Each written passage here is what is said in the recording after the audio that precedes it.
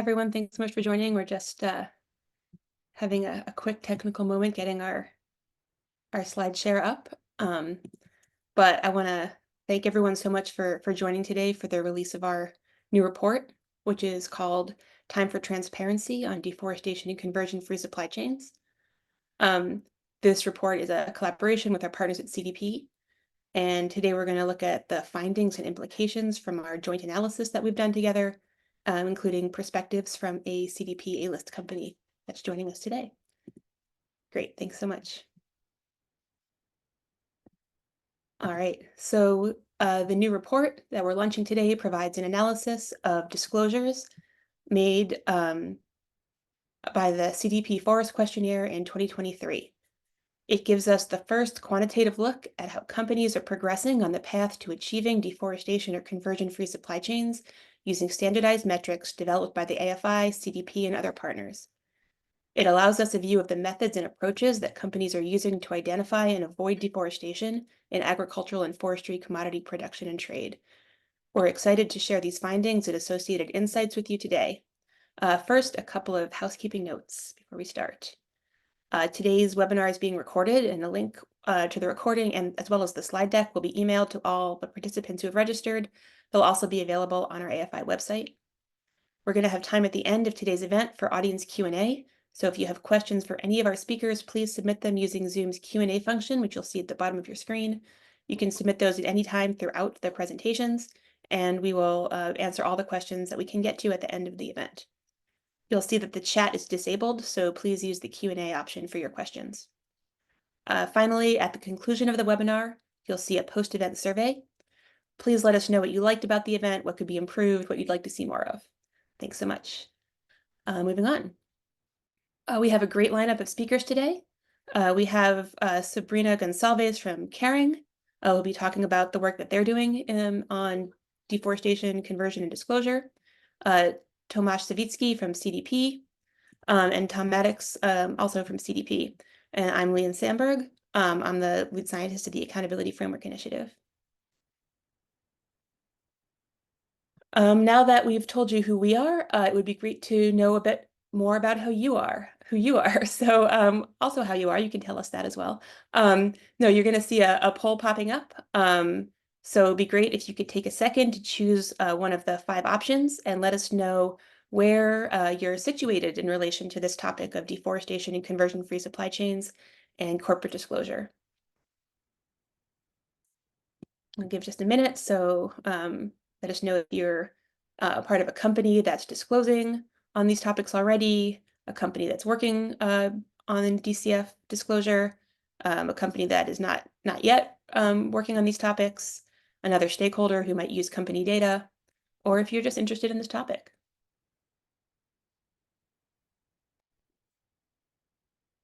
All right, and give it 10 more seconds, and then we'll see where we're at. All right.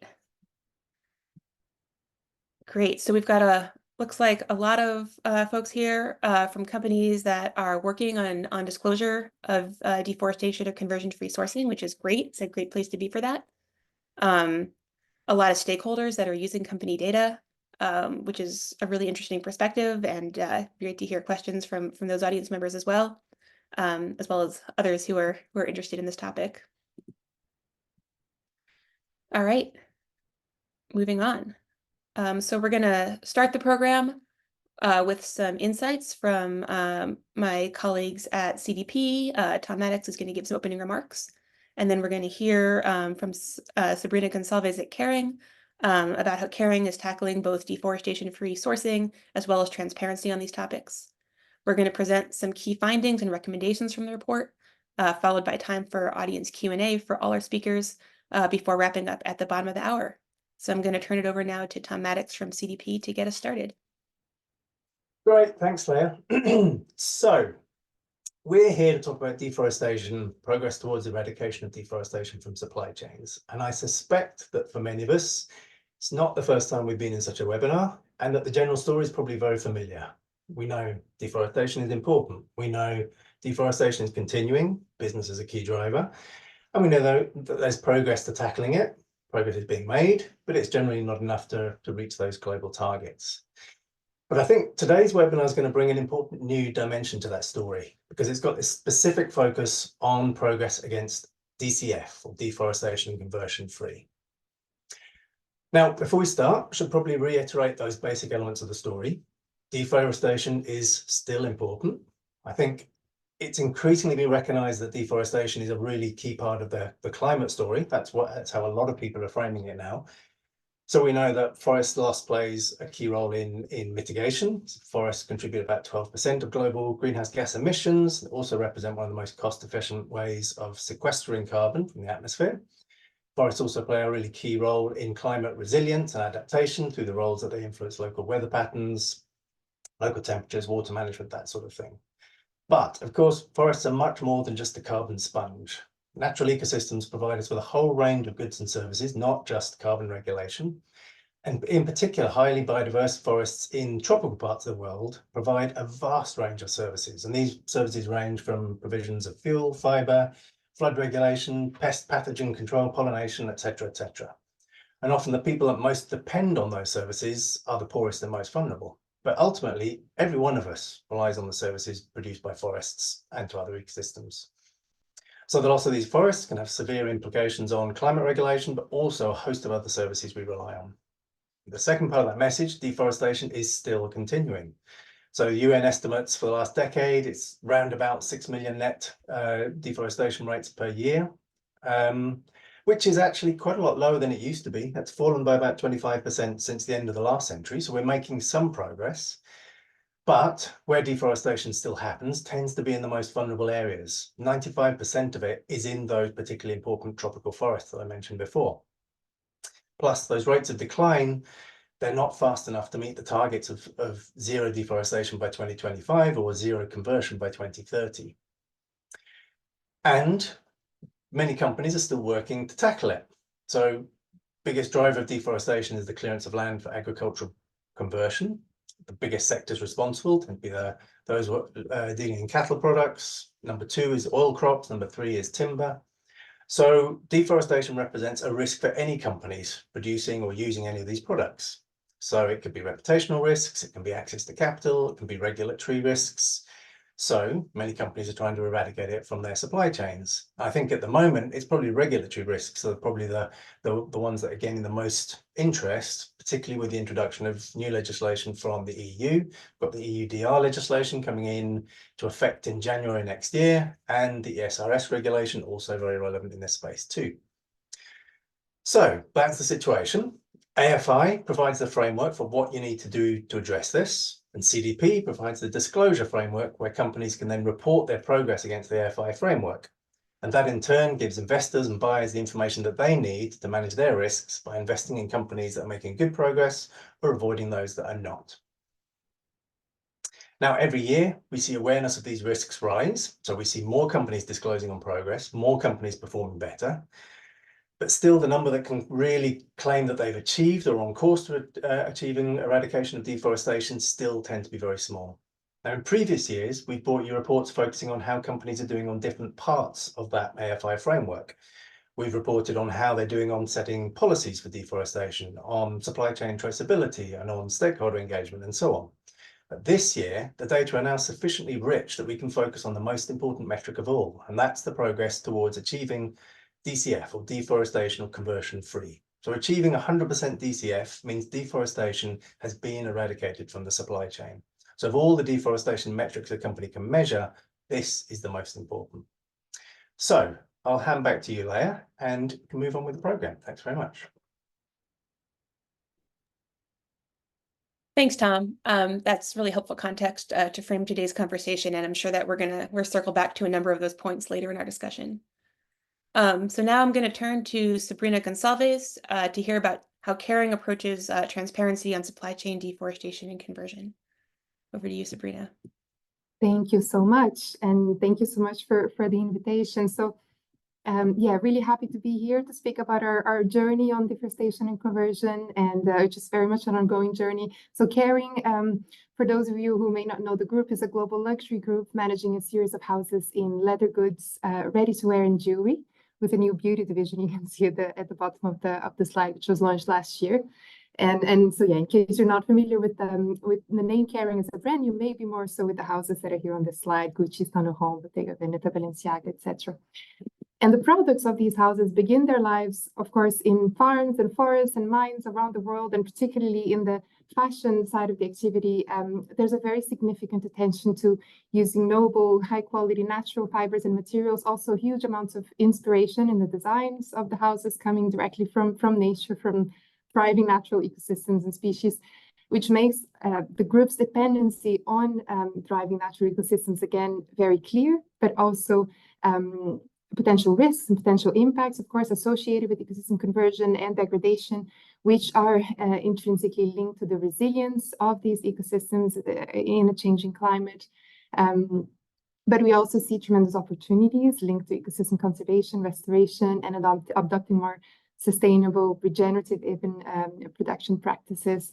If we can move to the next slide, so you can see there, thank you. The key natural raw material groups we use that require specific focus on deforestation and conversion. So you can see the ones listed here: leather, animal fibers, cotton, wool, and other plant fibers. So wool within the animal fibers, but not only.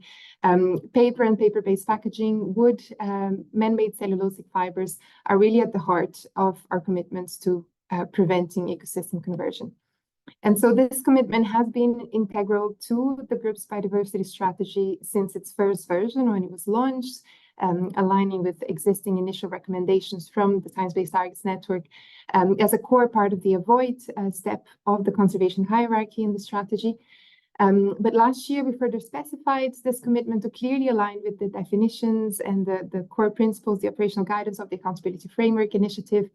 So that was done in June 2023. It's been added to the same biodiversity strategy document as an annex, which is available online. It included clarifying specific cutoff dates, target dates, scope, actions, clear pathways for compliance for each raw material group in scope, and reporting plans, which is a big topic for today. And so this can be found again in the annex to this strategy, which is now online. And in the context of CDP reporting, we're reporting on the materials highlighted in yellow here on the slide, but we collect data on compliance for the other raw material groups that we have committed to achieving deforestation conversion-free value chains for each year, the other ones listed here. And we share that on our universal registration document, which is our integrated sustainability report each year, as part of the alignment percentage with our Kering standards, which I'll go back to after, which include this deforestation conversion-free requirement, but also a range of other requirements on environmental, social, animal welfare requirements as well. If we can move to the next slide, I think I can be brief on this slide because there's a lot in the introduction that Tom covered, but just illustrating, before diving into reporting itself, but also linking to the reporting needs as well, just a few comments on the business case, which is often that we often need to go back to in terms of strengthening action and disclosure on deforestation and conversion. So, of course, it's our collective duty to accelerate action to tackle deforestation and conversion, to avoid catastrophic climate change and biodiversity collapse and everything related to that. And beyond the shared motivation, there's some really specific, compelling advantages that are really useful in driving, again, our both action and reporting disclosure efforts further. So, firstly, there's a point around integration of this deforestation conversion-free element into our wider existing sustainability goals. So this aligns really clearly with existing climate targets. So, for example, we recently updated our absolute greenhouse gas reduction target to 40% by 2035, and we're working on a future SBTi flag target. On the biodiversity front, like I said, of course, this is fully integrated into our biodiversity strategy as a foundational step for anything else that would come later in terms of helping to restore and regenerate natural ecosystems. Over the past year, we've also been piloting the version 1 of the SBTN, Science-Based Targets for Nature guidance, and of course, the step 3 land target setting guidance of SBTN has a strong focus on deforestation and conversion as well as one of the 3 types of targets that are required, and we're very much committed to that. Secondly, and as mentioned before, the there's, of course, a huge element around securing the resilience of our sourcing landscape, maintaining ecological balance, mitigating risks, which are very tangible, more and more so in a changing climate, and to support the long-term availability and quality of natural raw materials required, supporting positive social impact generation on the ground and producing landscapes, and avoiding supply chain disruptions. And also strengthening not only action again, but also disclosure, transparency around deforestation, conversion-free supply chains is also a way to address what we see is really growing stakeholder attention, maturity, and alignment on the topic. So investor requirements and asks and NGO mobilization on these issues are really intensifying in a really clear way, which is great news. And at the same time, voluntary frameworks and guidance and ratings and rankings continue to develop and converge, as we can see here, which is a hugely important enabler for this in terms of bringing all of the different key stakeholders on board and with aligned messaging. Legislation, I mean, Tom also mentioned that, of course, a hugely important factor, pressure increasing, EUDR, really stringent reporting requirements included in that, maybe upcoming specific legislation in the UK, possibly in the US, but of course, that's only also deforestation-specific legislation, but of course, CSRD, ESRS E4 and CSTDD, there'd be so much more to add. Leveling the playing field, through aligned reporting expectations. The fact that these reporting-related initiatives are increasingly aligning, again, is hugely helpful to elevate our action and reporting. We can see this alignment growing, and we can see this in this webinar today with AFi and CDP, but again, we see it in lots of other initiatives that we need to report into, that we wish to report into, also everything that we had to submit to SBTN in the context of the pilot for validation for our targets, expectations from things like Forest 500, from the Textile Exchange and WWF and Leather Working Group, Call to Action on Deforestation-Free Leather, and many other opportunities and initiatives.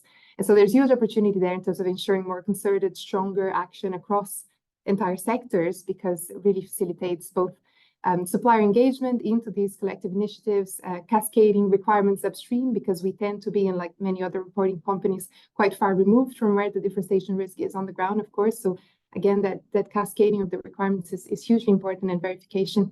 But also internally in facilitating internal alignment, bringing people around the table, clarifying opportunities to go further.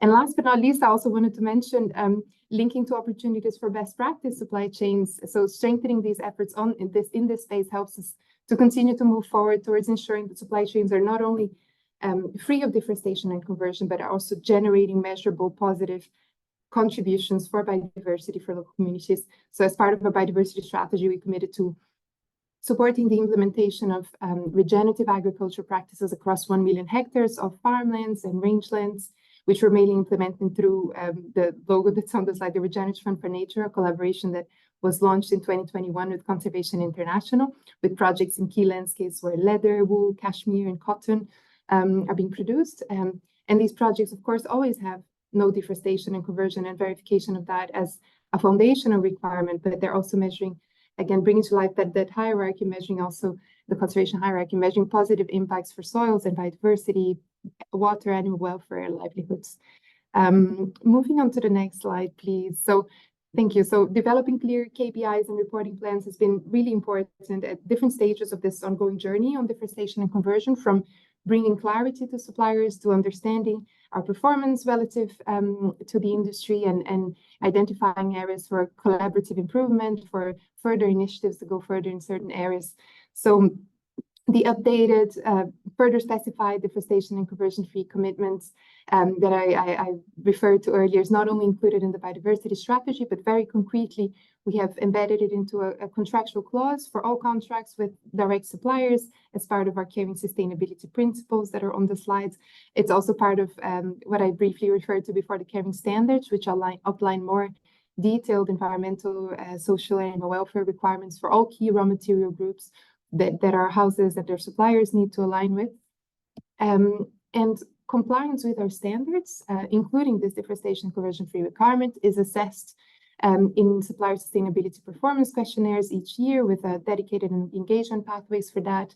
The topic, of course, has been fully integrated into supplier training and engagement programs.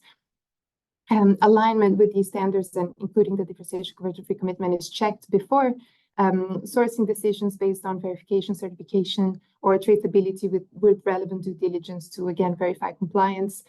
And each year we consolidate alignment on data on alignment with these Kering standards, including, again, this DCF piece, into what we call an environmental profit and loss account tool, which I am not going to go into huge detail on because it's not the topic of today, but serves as a consolidated database on lots of different topics, including on this piece of alignment, but also estimating environmental impact across the value chain. And this serves really the numbers that come out of that each year serve as the basis for much of our reporting in terms of quantitative reporting to CDP and other initiatives.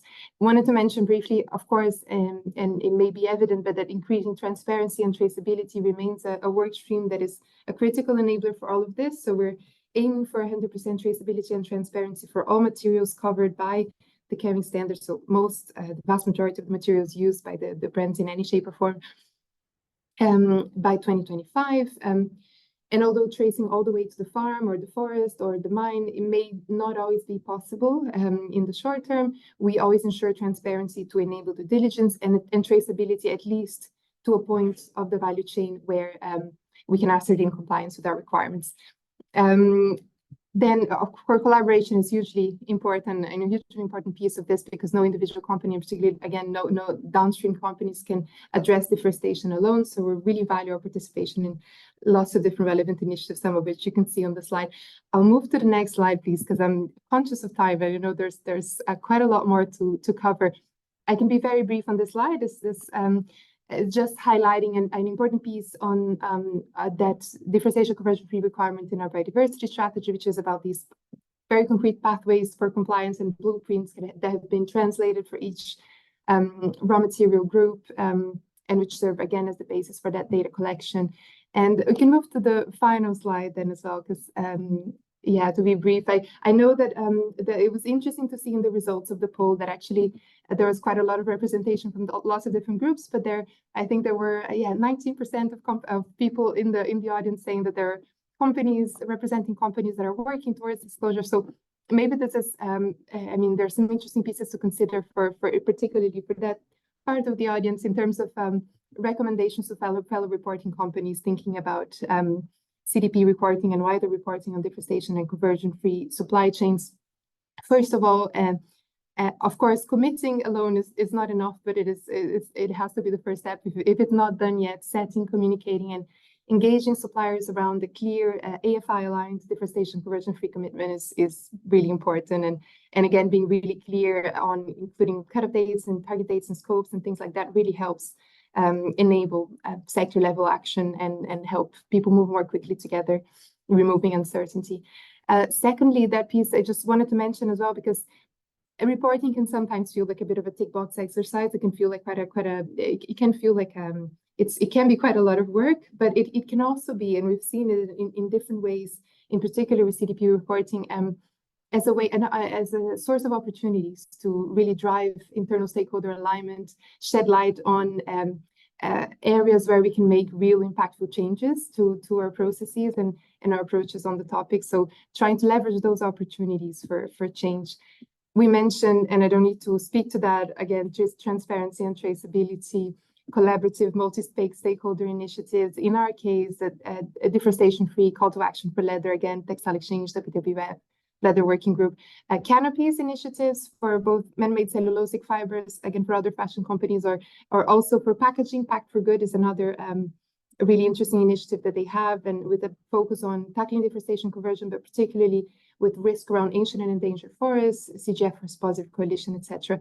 Taking action on the ground. I mentioned the first, the Regenerative Fund for Nature has been a key vehicle for that. Certification also has been it's a challenging one because, of course, certified materials, we're often reminded, can't offer just a green lane for compliance, but they can be really useful and really engaging with the schemes to understand and enhance their ability to help demonstrate DCF alignment is an important piece of this work. And then finally, just as to wrap up this set of considerations, just thinking about integrating this within a wider nature positive strategy and thinking, again, this is a critical, hugely important element of the avoid step of that strategy, but thinking about reduce and restore and regenerate and transform to really, drive significant impact on the ground and enhance reporting on these parts as well, which again, going back to expectations from investors, NGOs, and reporting requirements, and even legislation with what we see in CSRD at the moment is also hugely important to take these efforts further. Thank you so much, and happy to continue the discussion as we go. Thanks so much, Sabrina. It was really great to hear how Kering is thinking about both sort of the traceability and the implementation pieces, as well as the disclosure pieces and how they all fit together. I'm sure there's going to be a lot of questions for you from the audience, so everyone please use the Q&A and we can hear about Kering's work more later on. So now I want to take a look at some of the findings from our new report. I'm going to start walking through our analyses, and then I'm going to pass it to Tomasz from CDP to take it from there. So quickly, I don't think it needs much at this point, but I'm going to anchor us back in Tom's remarks by reminding all of us that deforestation and ecosystem conversion are an urgent sustainability priority for all companies that produce or source agricultural or forestry products. Land use change is the single largest impact of agriculture and forestry on the planet. Deforestation and conversion, by which we mean conversion of grasslands, wetlands, and other ecosystems, are associated with about 11% of all human-caused GHG emissions and a third of global biodiversity loss. They're also associated with a range of impacts on human rights, including the rights of Indigenous peoples and local communities. In addition, as also has been noted, companies selling products into the EU market are going to need to provide assurance that materials are deforestation-free beginning at the end of this year. So next slide, please. So despite the importance of this topic, there was until fairly recently a lack of robust and standardized indicators to quantitatively measure company progress toward eliminating deforestation and conversion from supply chains. To address that, the AFI has worked over the past several years to facilitate a collaborative process among a number of organizations, including CDP, that provide tools for corporate disclosure and assessment. The result of that collaboration has been a common methodology for assessment of progress toward deforestation and conversion-free supply chains, which includes specific metrics related to the percentage of supply chains that are deforestation or conversion-free, or DCF, and the ways in which those claims are justified and supported. Indicators related to DCF supply chains include how information about deforestation or conversion is monitored and what kind of assurance is provided. So that common methodology is available on our website. Here's sort of a snapshot of some of the metrics that are included in it. These metrics have been integrated into CDP, as we'll talk about today, as well as into other reporting platforms and standards, such as the Global Reporting Initiative and others. Next, please. So last year, the AFI Coalition called on companies to disclose publicly using these metrics. This report that we're about to dive into tells us whether or not they're succeeding in responding to that ask. Next slide, please. The data we used in the report was drawn from responses to last year's CDP Forest questionnaire. 1,152 companies responded to the questionnaire, 881 of which disclosed on one or more high-risk commodities. So 881 companies disclosing on commodities is really what we're looking at. This resulted in 1,498 commodity-specific disclosures across 7 commodities, because those 881 companies disclosed on 1, 2, 3, or more commodities each. The largest share of disclosures were for timber products, followed by palm oil, soy, and cattle products, with a smaller number of disclosures for cocoa, coffee, and rubber. Next slide, please. The first thing we looked at was whether or not companies were able to meet the primary ask of civil society organizations, which was to disclose information about the extent to which their supply chains were deforestation or conversion-free. We found that of the 881 companies that disclosed on at least one commodity, 445, or about half, answered the questions about DCF percentages for at least one commodity. We also found that only 186 companies, or about a fifth of them, provided sufficient information and justification to support credible DCF claims. So you sort of see this, this funnel as we go down to sort of say who disclosed the questionnaire, did they answer the questions about DCF performance, and then did they make comprehensive and credible disclosures.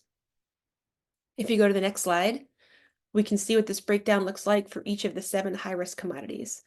So for each commodity, we can see how many disclosures were submitted in the outer ring. So for example, 650 disclosures for timber, 304 for palm oil. Then in the middle ring, we can see the number of those that responded to DCF questions. So for example, for timber, 318 answered the specific questions about what % of your supply chain is deforestation and conversion free. The response rates to questions about DCF volumes varied per commodity, with about 55% of palm oil disclosures including this information, about 36% of soy disclosures, and about 28% of cattle disclosures. The darker ring, if you move inward, shows the number of companies that provided a high quality response to DCF questions, one that was comprehensive and that provided sufficient justification of DCF claims. We're going to take a closer look at that in a minute in terms of what that means, but the figure of these high quality disclosures of DCF proportions ranged between about 9 and 15% of total disclosures for most commodities. So for example, for palm oil, we had 304 companies answer the questionnaire. 168 of those responded to questions about % DCF volumes. 64 of those provided a high quality response to those questions. Next question, please. Next slide, please. So following the question of how many companies disclosed information about DCF volumes, the next thing we wanted to know is how companies are going about determining whether those volumes were deforestation or conversion free. What we found was that nearly all companies used a variety of different approaches, and that in many cases these approaches were overlaid on top of one another in different ways. We found that at least half of disclosures indicated the use of certification for at least some amount of DCF volumes. At least a third indicated DCF volumes arising from sourcing areas with no or negligible deforestation risk, and at least a quarter indicated that DCF volumes were verified through direct monitoring of production units, such as farms or plantations. These proportions varied a lot by commodity. For example, companies were the most likely to use certification for timber and the most likely to rely on low-risk sourcing areas for cattle. While this gives us a much better picture of how companies are working to achieve these goals, we found that unfortunately in many cases, the approaches used were not appropriate to this purpose or were not well explained in the questionnaire. Next slide, I'm going to unpack the point that I made earlier and take a closer look at what we mean when we talk about high quality disclosures in this report. So one of the key findings of this analysis was that there was a great deal of variability in the completeness, clarity, and credibility of company responses to questions about the % of DCF material in commodity supply chains. So of the 445 companies that answered questions about the extent to which they have eliminated deforestation and conversion from their supply chains, nearly 2/3 did not provide appropriate information to justify those claims. We used 3 criteria to assess whether or not a response provided high-quality data. First, we assessed whether the company used appropriate methods and whether they were able to explain how those methods determined DCF status. We found that more than a third of responses did not do this very effectively. So for example, many companies relied on risk indices that identify areas of high or low deforestation risk. These tools are generally intended for use in internal assessments of business risk or for prioritization of action, and in many cases the methodologies used are not sufficiently transparent or robust to substantiate DCF claims. Second, we assessed whether responses were comprehensive. That is, did they cover all supply chain volumes for the given commodity? We found that about 12% of responses to these questions were not sufficiently comprehensive and excluded products, suppliers, or sourcing areas from the disclosure. And third, we assessed whether certification systems were used appropriately, and we found that more than 40% of responses relied on certification tools that by themselves might not provide effective assurances of no deforestation or no conversion. So in total, all of these issues with effective disclosure lead us to conclude that many companies are going to need to invest in a greater level of expertise and engagement with certification bodies, tool providers, and monitoring partners if they're going to provide robust information on this topic to their stakeholders. I'm now going to turn it over to Tomasz from CDP to share more key findings as well as recommendations from this report. Thanks, Leah. So I'm going to talk you through key findings 4 and 5. So for key finding 4, we're going to move at looking at what companies did and didn't tell us about their progress towards DCF.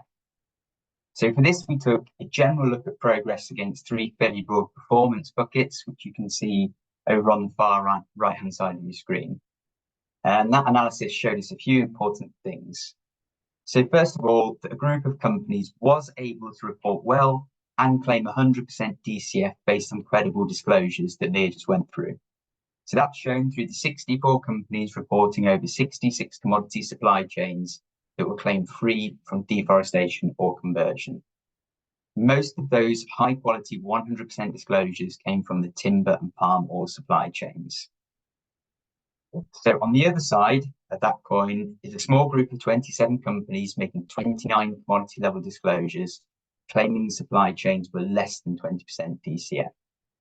So whilst the progress here wasn't achievement in itself, what was an achievement was that companies were still willing to be transparent on DCF, even if progress was limited. And so those companies really set a strong example for others to follow on reporting against these metrics. Could we have the next slide, please? So staying with disclosure at all levels of DCF progress, if we dive a little bit deeper and look by commodity, we can read into willingness to disclose a little bit more. So we're going to start off by talking about the palm oil disclosures, which are right in the middle of the screen. So those disclosures match what we might expect, with most reporting falling into that very broad band of 20 to 89%, represented by the tallest bar in the center screen. So similarly, with timber, which is over on the right, is a really good distribution of reporting over the bands, which is what we'd expect to see from a commodity with well-established management and reporting of DCF. However, cattle and soy buck that trend. Both have high proportions of supply chains performing above 90%. So whilst this could be a sign of strong performance, it might also indicate some reluctance by those companies to disclose in advance of significant progress being made.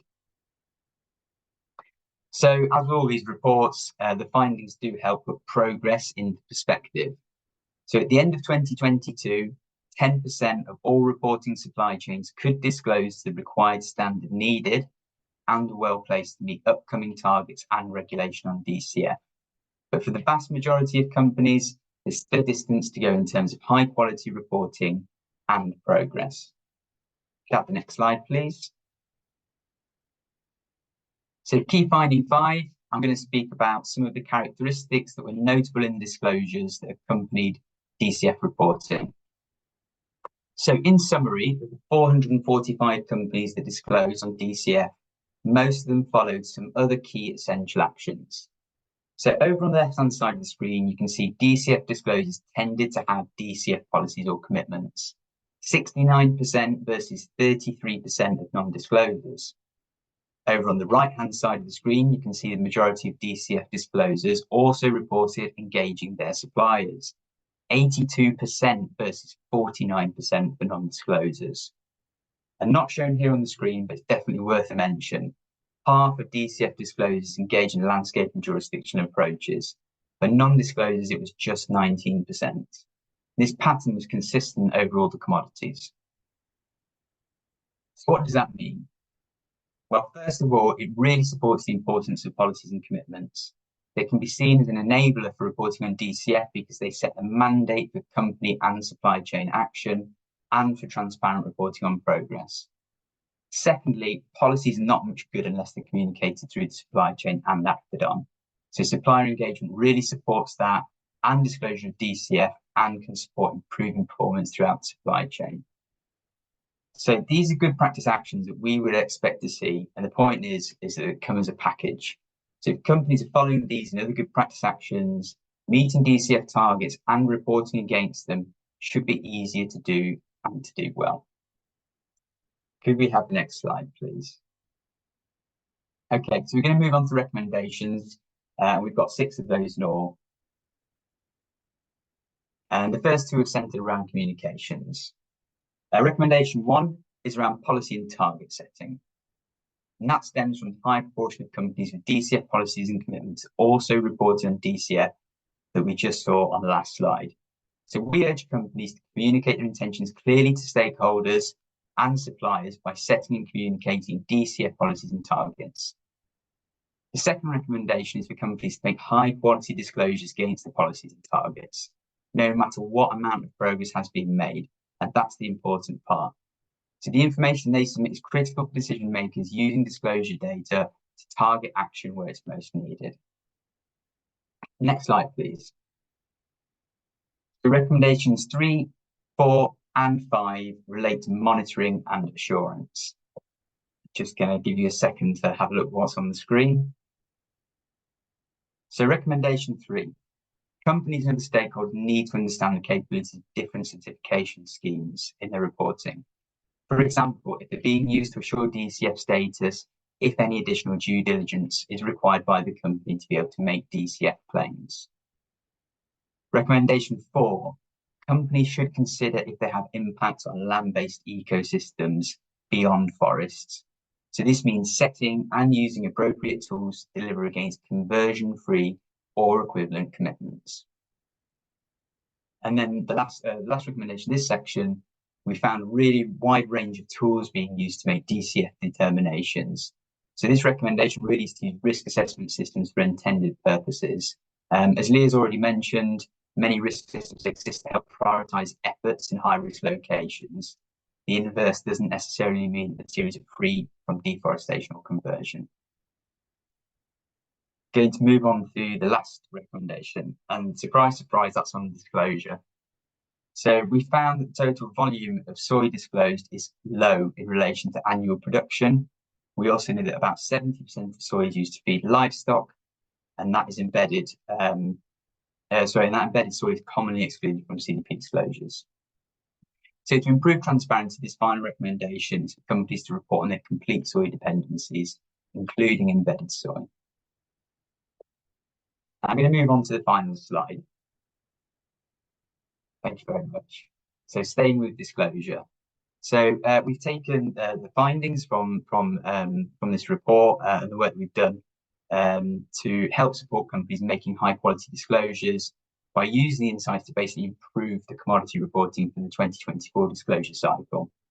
So the image that's in front of you shows the layout of CDP's corporate questionnaire that's it's just been put out for 2024. And the changes I'm going to talk about are specifically relevant to the forest environmental performance module highlighted in the yellow box. So about those changes, we've made our expectations on what should be included in the reporting clear at 24, starting with consolidated questions on embedded soy. We've also implemented a volumes approach to follow volumes through the questionnaire. So that's going to add clarity around what's included in reporting. It's particularly important for our data users. So reporting on volumes in a standardized way is also going to help support a single forest score. And in future, allow companies to be scored according to their overall forest impact. The question flow has also been restructured into 2 pathways. So 1 for volumes determined as DCF, and 2 for volumes not assessed or volumes not determined to be DCF, but also to allow companies to report the actions that they're taking against them. And then the last thing is we've added definitions for some of the questions to prompt for information that was inconsistently reported. That particularly relates to tools and determinations from sourcing area monitoring that we've already spoken about. So that's the end of the report highlights.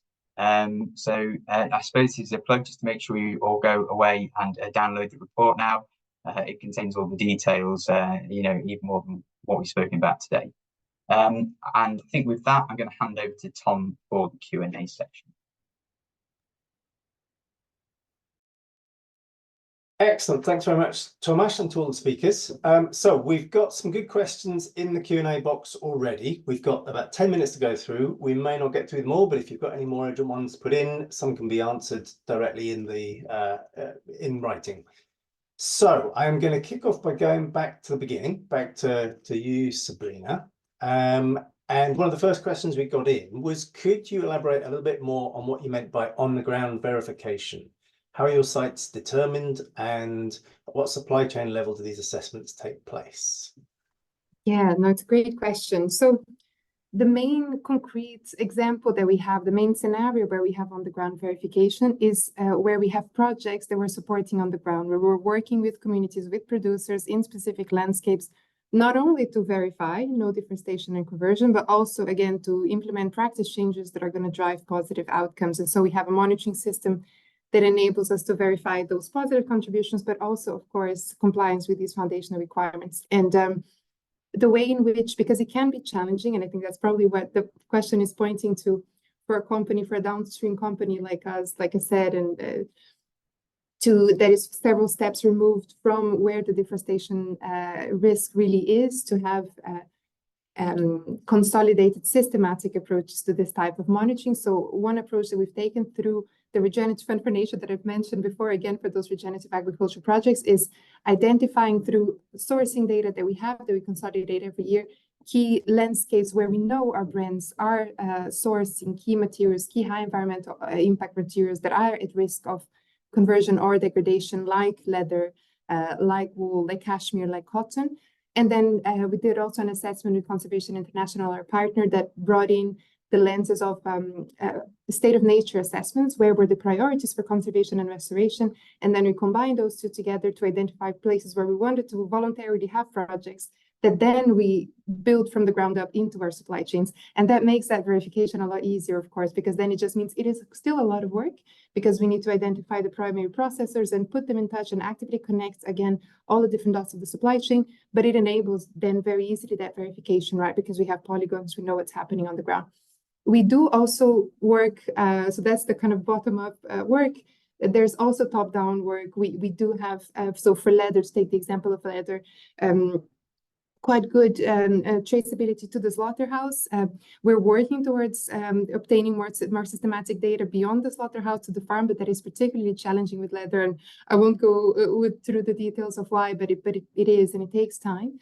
But even as we continue to do this work, there's already a lot of work that can be done with also spatial assessments on buffer zones around the areas where those slaughterhouses are, that give an indication of where the farms may be, and again, enable assessments on both deforestation, but also other indicators as well. So both are possible, but in terms of specific verification, specific to individual polygons, it's more in the context of those projects, again, covering at the moment, just under 1 million hectares of lands where we have these dedicated projects on the ground in sourcing landscapes. Excellent. Thank you, Sabrina. For the next question, I see we've got two related questions coming in on certification. So I'm going to turn to Leah and then Tomasz basically on the two questions. So one of them is there any scope for AFI to determine which certification schemes per commodity adequately meet the DCF definition? And the other question is, are certain certifications qualifying as high quality proof for DCF, especially for timber and palm? So Leah, can I turn to you first and then to Tomasz on that subject? Absolutely, it's a great question. So for certification, the AFI provides a significant amount of guidance on how companies should assess what certification systems offer and what they can provide in terms of DCF assurance. So we guide companies to look at two things, and one is, what are the principles and criteria of that certification system? Does it have criteria that includes no deforestation? Does it include no conversion of other ecosystems? Does it have a cutoff date that's sufficiently in the past? So that's one question, is, does a certification provide DCF criteria? And the second is, what chain of custody model is being used? So some chain of custody models, like segregated or identity preserved, the certified product is linked specifically to a farm that's been verified to be deforestation or conversion free. And those can provide very robust assurance of DCF right then and there. Other models include mass balance approaches, mixing of different volumes. Those models are very useful for improving sustainability of sourcing, but may require additional due diligence, additional monitoring, or processes to provide DCF assurance. So we don't point to specific certification systems, but we provide, I think, tools that companies can use when they're engaging with certification bodies to make sure they understand what's being used effectively. Thanks, Leah. Tomasz, do you want to pick up the baton on that one? Yeah, just really to pick up from where Leah was, when we were looking through these disclosures, especially the high quality ones, we were looking to see where companies had taken those additional due diligence steps, basically, and looking at those overlapping methods, really, that Leah said as well. For the purpose of this report as well, we did pick out or identify some of those schemes as well that provide those physical traceability as well. and they're included in the annex of the report if anybody cares to have a look afterwards when they download it. Thanks. Great. Thanks, Tomasz. Okay, turning back to Sabrina. Sabrina, the second question you had on there is hopefully quite a quick one to answer, which is for more information on your regenerative agriculture work and basically asking if it's on your website. So since that will be quite a quick one to answer, I just wanted to also turn your attention to one of the last questions that just came in asking about risks from cotton. Well, it's specifically asking about deforestation risks from cotton, but I noted on your slide of commodities that you deal in, or that we use, cotton is obviously a big one on there. I wonder if you could say a little bit more about cotton, either in the context of deforestation or beyond. And if you could answer the regenerative agriculture comment, that'd be great. Sure, absolutely. Yeah, so the Regenerative Fund for Nature is the main vehicle through which we're seeking to achieve that goal of by 2025, 1 million hectares of land. We're applying that. There is absolutely more information on the website. You can find that in the sustainability section of Kering's website, but also Conservation International, who's the fund manager. If you type Conservation International Regenerative Fund for Nature, you'll find the website dedicated to the fund. You'll see last year we were joined by another company. We're very happy that the fund is growing, Inditex. So, and it's very much an initiative that we seek to grow and expand even more and bring other companies on board, and particularly in the fashion industry, but not only. I mean, collaboration is so important across sectors as well. So absolutely, there is more information online, and happy to point more precisely to where that may be. But again, Kering Sustainability, Conservation International, typing Regenerative Fund for Nature, you should find that. And on cotton, yeah, I mean, there absolutely is deforestation and conversion risk linked to cotton, alongside lots of other water and biodiversity and soil risks. And there are things that we're tackling through cotton-related work within the Regenerative Fund for Nature, again, in dedicated areas where we have that ability to do closer monitoring and engagement with producers on the ground through partners.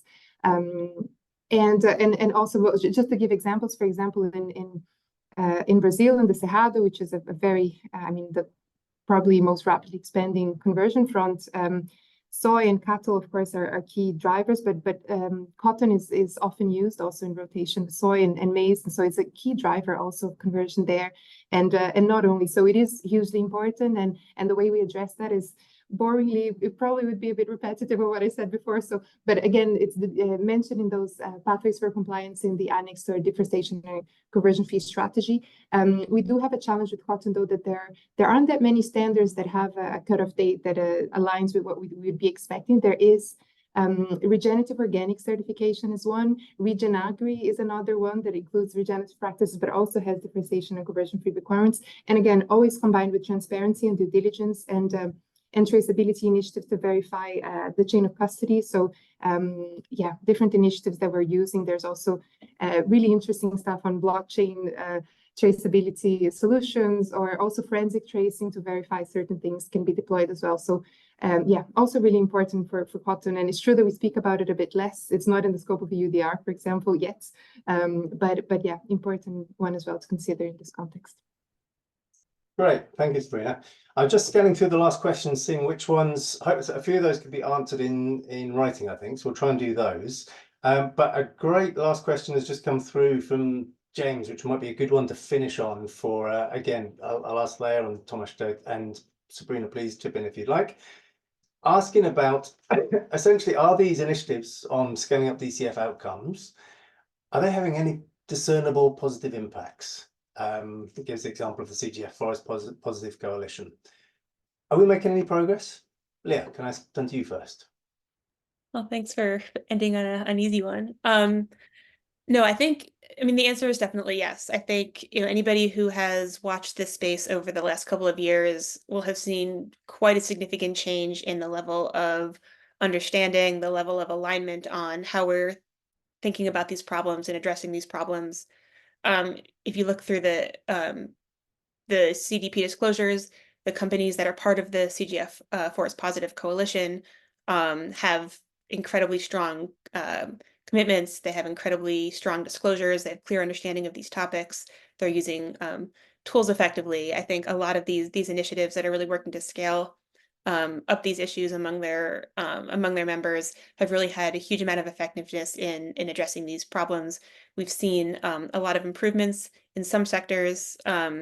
I think in the palm space, we're seeing quite a lot of sort of movement towards really strong control mechanisms, companies really able to understand what's going on in their supply chains and act effectively. Certainly in timber, we're seeing really an increase in sort of the use of certified products to this end. And I think a lot of other spaces are sort of rapidly moving to try to sort of catch up with some of those leading sectors. So these things are scaling up. It's always slower than we'd like, but I think we're really seeing, and I think this report really shows, we really have, 64 companies that have DCF supply chain, which is not, these are big companies. That's a lot of, there's a lot of movement. We're seeing a lot more companies, more than 90% DCF at this point. So I think these really show that this is now something that can be done, the tools exist. It's just sort of everybody moving in the right direction. Thanks, Leah. Tomasz, do you agree we're making any progress? Yeah, I think we are making progress. Well, maybe I can play devil's advocate though. It would be nice to have more of those companies come on board and join more of those initiatives. Basically, I think we've got a critical mass. I think it'd be good if we could build on it.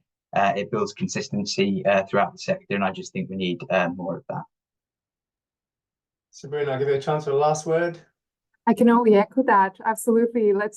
Collaboration is the way to go. They're really, again, for downstream companies, really complex topics to tackle on their own. Suppliers need to be brought on board. We can only do that if we build consistency and alignments in those requirements. There's critical mass. So 100%, there is progress. There's more to do for sure, but we can only go towards more collaboration is the way to go. Excellent, thank you. So yeah, I would encourage you to read the recommendations from Sabrina's presentation and the recommendations in the report, and you'll be on the right track. Leah, I'll hand back to you. Great, thanks, Tom, and thanks so much to all of our speakers today. This first look at company progress toward eliminating deforestation and conversion shows us the path that companies are going to need to follow to meet climate and nature targets and to comply with emerging regulations. We see that companies that produce or source agricultural or forestry commodities are going to need to invest in effective solutions that provide robust assurance and that can quickly scale to meet the magnitude of this issue. We're also seeing that transparency regarding progress toward eliminating deforestation and conversion is now a baseline expectation for companies in these sectors. And I think this coming year is going to show whether more companies are able to meet this challenge. So thanks again, all of you, for joining today. Don't hesitate to reach out with questions or comments. See some contact information on the screen. You see a link to the report, which is now live in the chat. And don't hesitate to reach out. Thanks so much and have a great rest of your day.